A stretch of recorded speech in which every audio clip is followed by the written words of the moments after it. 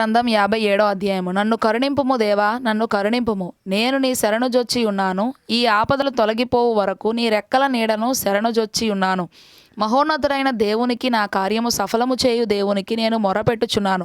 ఆయన ఆకాశము నుండి ఆజ్ఞ ఇచ్చి నన్ను రక్షించును. నన్ను మృంగగోరు వారు దూషణలు పలుకున్నప్పుడు దేవుడు తన కృపాసత్యములను పంపును. సెలా. నా ప్రాణము సింహముల మధ్యనున్నది, కోపోద్రేకుల మధ్యను నేను పండుకొనుచున్నాను. వారి దంతములు శూలములు, అవి అంబులు, వారి నాలుక వాడిగల కత్తి. దేవా, ఆకాశము కంటే అత్యున్నతడవుగా నిన్ను కనపరుచుకొనుము. నీ ప్రభావము సర్వభూమి మీద కనబడనిమ్ము. నా అడుగులను చిక్కించుకొనుటకై వారు వలయొడ్డిరి. నా ప్రాణము కృంగియున్నది. నా ఎదుట గుంట త్రవ్వి దానిలో తామే పడిరి. సెలా. నా హృదయము నిబ్బరముగానున్నది దేవా, నా హృదయము నిబ్బరముగానున్నది. నేను పాడుచూ స్తుతిగానము చేసెదను. నా ప్రాణమా మేలుకొనుము. స్వరమండలమా, సితారా మేలుకొనుడి. నేను వేకువనే లేచెదను. నీ కృప ఆకాశము కంటే ఎత్తైనది, నీ సత్యము మేఘమండలము వరకు వ్యాపించి ఉన్నది.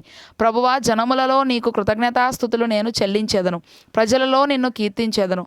దేవా, ఆకాశము కంటే అత్యున్నతడవుగా నిన్ను కనపరుచుకొనుము. నీ ప్రభావము సర్వభూమి మీద కనబడనిమ్ము.